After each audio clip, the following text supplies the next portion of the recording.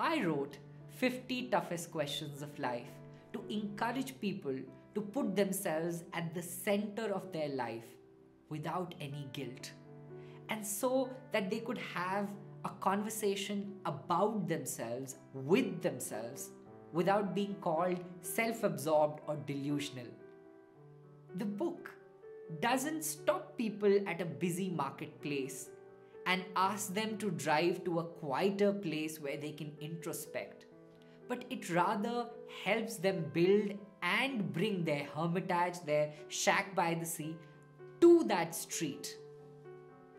We cannot escape the chaos of our busy lives, but it must not be also able to rob us the stillness that we all innately have. The book reminds people that many of the answers have already been served and solved for.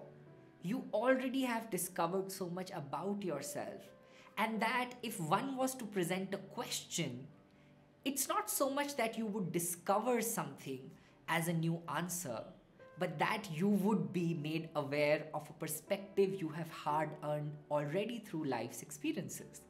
And that's been the most exciting part. People having an aha moment with what they already knew all along, for that to surface and bubble up and have this moment of reintroduction into their lives. That's truly the joy of it. As far as I know, there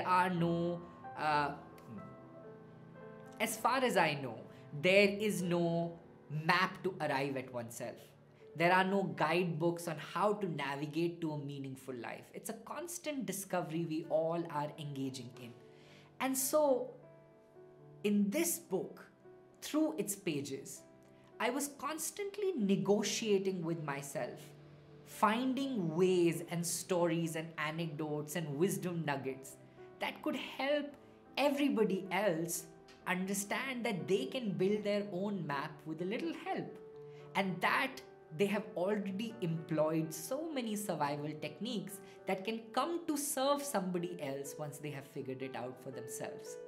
It's tricky to attempt a book like that, I can tell you, because what you don't want is to push people into a cave and then stand on the other side and say, "You'll make it out soon, hang in there." What you want to do is stand beside them, believe in them, walk with them. When they confront their fears, you expose your vulnerability too. And in that process, having hope that you will make it out and find a way together. To not write this book is to contradict the very point it's trying to make. Our stories matter. What we have to say is of substance.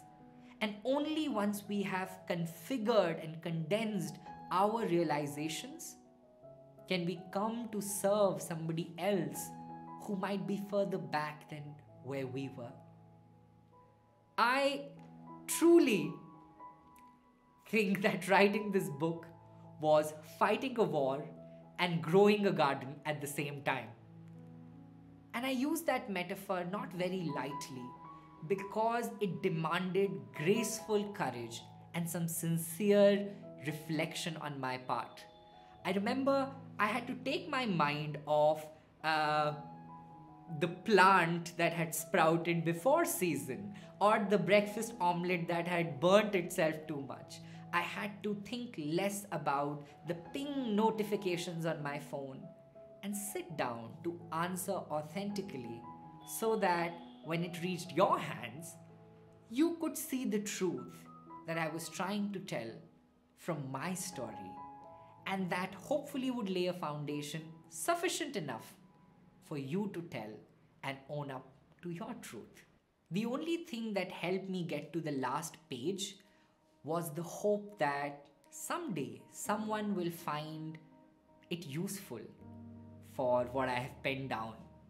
And even those who don't believe in tough questions and are pretty hard nuts to crack, I wanted them to have the stories, these beautiful experiences I have been able to harvest from around the world.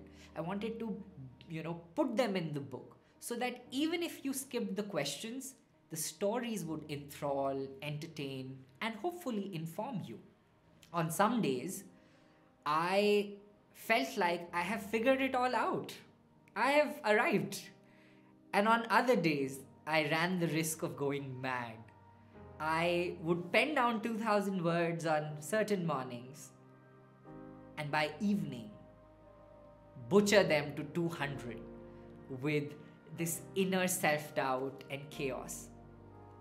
In the final stages of the book, what I truly enjoyed most was returning to the questions myself and investigating them for the newer answers that had evolved in the process of writing it. And that is a hack I want to share with you for the 50 toughest questions of life. Your answers, hopefully some will remain same, and I hope some evolve and change over time. So give yourself enough space and credit to have the luxury for your answers to grow, to dynamically evolve, to change for the better, hopefully. And then to make you feel like this life is a reward that you are earning because of everything you're doing in your routine. I also feel that so many compliments that have come, in my way with the book, so much love that you have given, is also a reflection of the mere fact that we are more alike than we are unalike. And we all are really hoping through the minutiae of everyday life to be heard, to be seen, to be understood. And if we can do that for ourselves, hopefully we can do it for somebody else too. When you take my book in your hands, you will accompany me in honoring all those who paved the way for our stories to be heard, for us to matter. We come trailing the legacy of everyone who succeeded before us. And I hope the pages of this book remind you of those people in your life. It all boils down to a simple whisper in your ear that you have made it, and that it's going to be all right. Things are going to be okay. I believe in you. To you, my soulful readers, as the book completes a whole 1-year cycle, I say thank you. Thank you for ordering the book, writing a review, sending a love note, DMing me in the middle of the night what a certain question meant, and passing on the book to your loved ones as a gift. Thank you. It has certainly helped me put the war at bay and admire the flower blooming in the garden. Thank you. One of the nicest compliments I have gotten in the past 365 days is from a boy in Maharashtra who ordered the book for himself, but his dad received it at the door and saw it's a book in a packet, so he opened, and as he started to read it, he refused to give it to the son and read the book over the next 1.5 months in absolute luxury and pace that he defined for himself. And the son had to order another book because he couldn't wait any longer. Oh, the thrill of those the thrill of those simple yet magnificent moments have truly filled my heart with rising amount of joy. As my love note to you, I would like to read you a short passage from the book that I truly love.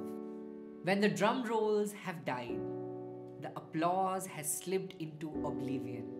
When the hooting has settled into stillness, when the crowd has cleared the room, when the flashes have faded away and the praise has perished, when a hush takes over the hype, I hope we still refer to ourselves as art, where being grateful comes to us as naturally as breathing, where our mindfulness liberates our fears, where we belong to no one but ourselves, That, my folks, is another stage to stand upon. On it, another kind of spotlight envelops our existence. Another genre of music echoes in all dimensions. Life sits in the audience and awaits our act. I'm trying to give my best performance, shining in the crowd, glowing in the solitude, and I hope wherever you are, you're doing the same. And together, we will be all right.